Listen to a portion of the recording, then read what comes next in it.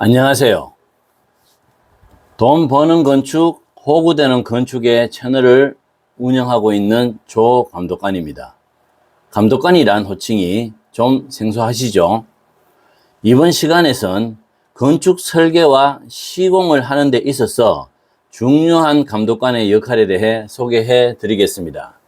일반적으로 개인이 발주하는 공사에서는 생소한 직책이지만 광국공사에서는 예외 없이 건축 시공을 완성하는 데 있어서 없어서는 안 될 아주 중요한 일을 하는 직책이므로 감독관을 필수적으로 파견하여 시공의 완성도를 높이는 데 일조를 합니다. 광국공사입니다. 그러나 민간공사에서는 특별히 건축 경험이 풍부하여 감독관이란 자리의 중요성을 경험해본 건축주분들이 아니고서는 잘 고용하지 않는 직책입니다. 일반 건축주분들이 잘 모르시는 분야이며 주위에서도 감독관이 무슨 역할을 하는지 모르는 분들이 태반입니다. 하지만 지금부터라도 이 방송을 보시는 예비 건축주분들은 건축 설계 사무소와 건축 시공 회사의 호구가 되지 않기 위해서라도 감독관의 중요한 역할을 학습하셔야 될 것입니다. 건축 시공 계획이 있으시다면 제일 먼저 주변에서 자신을 도와줄 감독관을 찾는 일이 제일 먼저 선행되어야 합니다. 건축 설계와 시공에 있어서 이토록 중요한 감독관이란 자리는 과연 무슨 일을 할까 궁금하시죠? 자, 그럼 지금부터 건축 설계와 시공에 있어서 감독관이 하는 역할을 설명해 드리도록 하겠습니다. 첫 번째가 바로 설계사무소와 설계사무소에서 설계한 설계도면을 다시 재검토하여 설계상의 잘못된 부분과 누락된 부분, 그리고 과설계가 되어진 부분을 정확히 파악하여 설계 도면을 다시 보완하는 작업을 합니다. 이러한 설계 보완 작업은 누구나가 할 수 있는 일이 아닙니다. 설계 도면의 정확한 리딩과 실전 설계 경험 및 현장 시공 경험이 부족하면 설계 도면을 작성한 건축사를 설득시켜 설계 도면을 수정하기가 여간 어려운 일이 아닙니다. 제가 설계 도면을 검토하여 수정을 지시하면 대부분의 건축사가 납득하고 수정을 하는 이유가 바로 절대적 기술의 우위로 인한 것입니다. 설계 도면의 체크는 건축 시공에 있어서 아주 중요한 작업이며 돈 버는 건축 시공의 기초이기도 합니다. 보통 건축주분들은 설계 도면의 완성도가 왜 그렇게 중요한지를 잘 모르시고 계십니다. 당연하죠. 그러나 대부분의 경우 설계사무소에서 작성된 설계 도면이 100%의 완성도를 가질 것으로 생각하지만 천만에 만만의 말씀입니다. 안타깝게도 작금의 현실은 설계 도면의 완성도가 60% 미만인 미완성 설계 도면의 경우가 대다수이며 이것보다 더 엉망인 설계 도면도 시중에는 많이 존재합니다.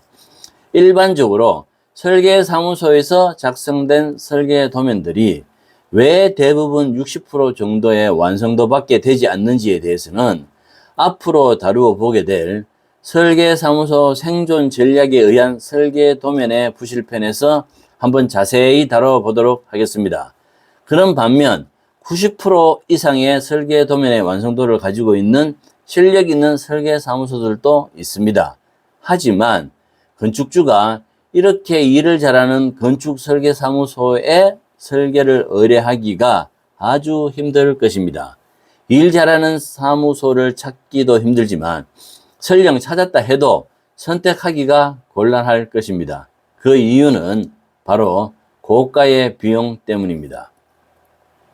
하지만 저는 건축주들에게 이렇게 추천해 드립니다. 설계는 총 공사비에서 차지하는 포지션이 3에서 8%밖에 안 되므로 설계는 꼭 기술력이 있는 회사에 의뢰하라고 항상 조언을 합니다. 이렇게 시작해야만 시공사에게 호구가 되지 않는 설계 도면으로 기본적인 첫걸음을 뛸 수가 있습니다. 아무튼 저가로 부실하게 작성된 설계 도면을 바탕으로 시공회사의 견적을 보고 시공업체를 선정하니 공사의 초기 단계부터 무너지게 되는 것입니다. 이러한 행위가 바로 호구되는 건축 시공의 출발입니다. 부실한 설계 도면으로 공사를 시공하면 공사 중 설계 변경이 빈번하며 그 설계 변경의 행위가 전부 다 건축주에게는 생각지도 못한 경제적 추가 비용으로 이어집니다. 공사 전에는 공사 금액을 타 회사와 비교하여 조율할 수도 있지만 공사가 진행이 되면 설계 변경에 의한 공사 금액을 타사와 비교한다는 것이 아주 어려워지므로 시공사가 제시하는 설계 변경 추가 금액을 모조리 승인해 줄 수밖에 없는 구조가 됩니다. 이러한 구조를 너무도 잘 이용하는 것이 바로 최저가로 입찰하여 낙찰받는 건설회사입니다. 두 번째 역할입니다. 감독관에 의해 잘 수정된 설계 도면으로 시공업체의 견적서들을 검토하여 설계 도면에 따라 견실하게 시공해줄 시공업체를 선정하는데 건축주에게 조언을 해주는 역할입니다. 일반적으로 건축주가 시공업체를 선정할 때는 여러 가지 시공사의 종합적인 상황을 고려하지 않고 대뜸 시공사와의 관계, 그리고 어느 시공사가 더 저렴한 가격을 제시했는가에 따라 최저가 금액을 제시한 시공사에게 공사를 맡기는 경우가 대다수입니다. 이렇게 시공사를 선정하는 그 순간 건축주는 앞으로 닥쳐올 건축 시공의 끔찍한 경험들을 많은 돈을 지불하며 고통스러워 해야 할 것입니다. 거짓말이 아닙니다. 이런 식으로 시공사를 선정하는 건축주가 시공사에게는 호구 중에 호구입니다. 자, 저가 입찰이 왜 위험한지 한번 말해 보도록 하겠습니다. 설계 도서를 기준으로 작성된 시공 견적을 받아보면 시공사마다의 단가 차이 및 이윤 차이는 발생하겠지만 총 공사비에서는 크게 차이가 나지 않습니다. 왜냐하면 설계 도면대로 충실하게 견적을 산출한 시공사라면 총 공사 금액이 크게 차이가 날 이유가 별로 없어요. 그런데 특이하게도 4군데 또는 5군데 업체에서 견적을 받아보면 유독 최저가로 견적을 제출한 시공사가 꼭 나옵니다. 이럴 때 건축주는 이런 최저가 입찰 시공사를 아주 조심해야 되는데 일반적으로는 그렇게 안 됩니다. 오히려 더 좋아라 하며 견실하게 견적을 제출한 시공사를 의심하기까지도 합니다. 건축주는 왜 이 시공사의 견적이 최저가인지를 따져볼 기술도 없어서 단지 많은 금액을 제시한 시공사들을 불신하며 거의 대부분 최저가 금액을 제시한 건설사와 계약을 하게 됩니다.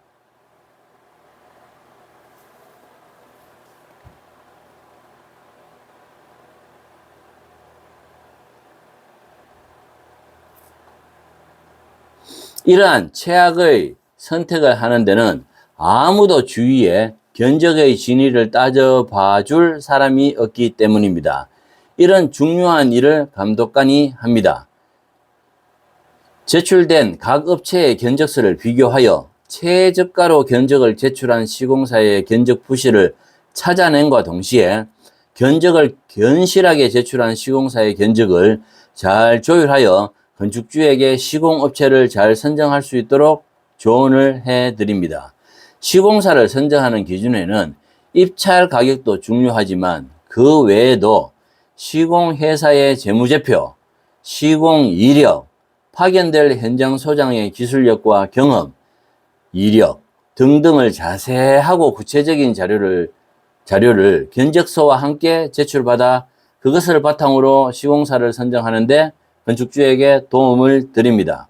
시공은 건설 회사가 하는 듯 하나 실제로는 현장에 파견될 현장 소장에 의해 품질과 경비 추가가 좌우되므로 파견될 현장 소장의 이력이 아주 중요합니다.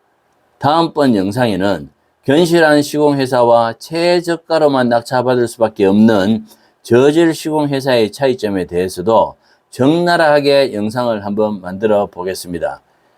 다시 한번 말씀드립니다.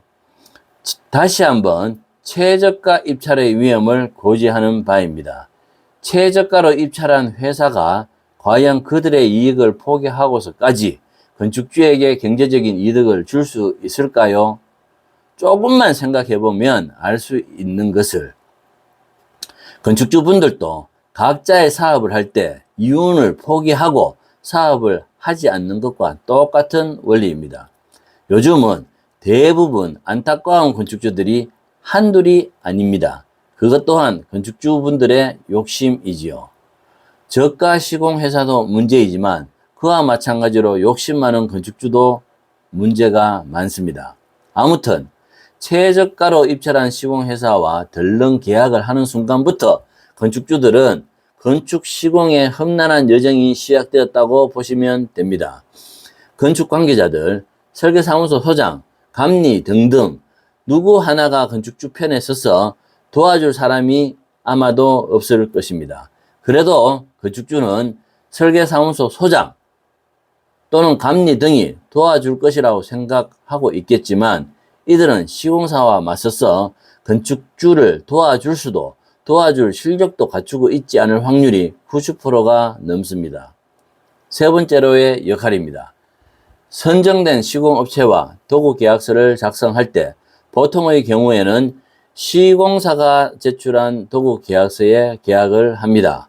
그런데 여기에는 함정이 있습니다. 시공사가 제시한 표준도구계약서는 언뜻 들여다보면 건축주와 시공사 모두에게 공평한 도구계약서처럼 보이나 실제적으로는 시공 중에 발생할 수 있는 시공사와의 분쟁에 있어서는 건축주에게 어떠한 도움도 주지 않는 일방적으로 시공사에게 유리한 계약서입니다. 이런 내용들은 어느 누구도 알려주지 않지요. 그렇지요.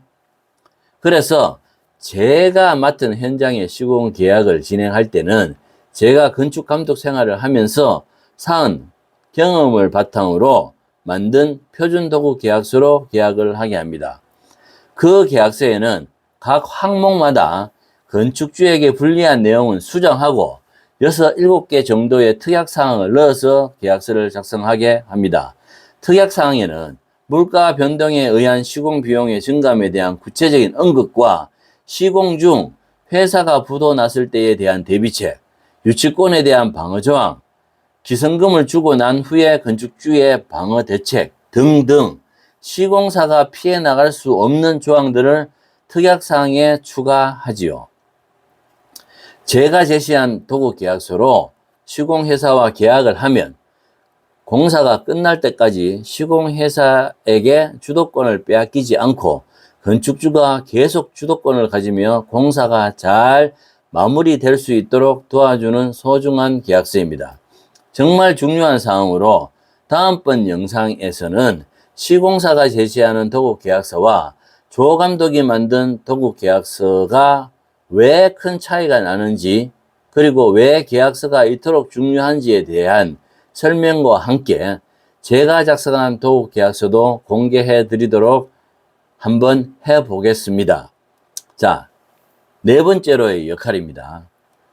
선정된 시공업체가 설계 도서에 따라 견실하게 시공하고 있는지를 관리 감독하는 역할입니다.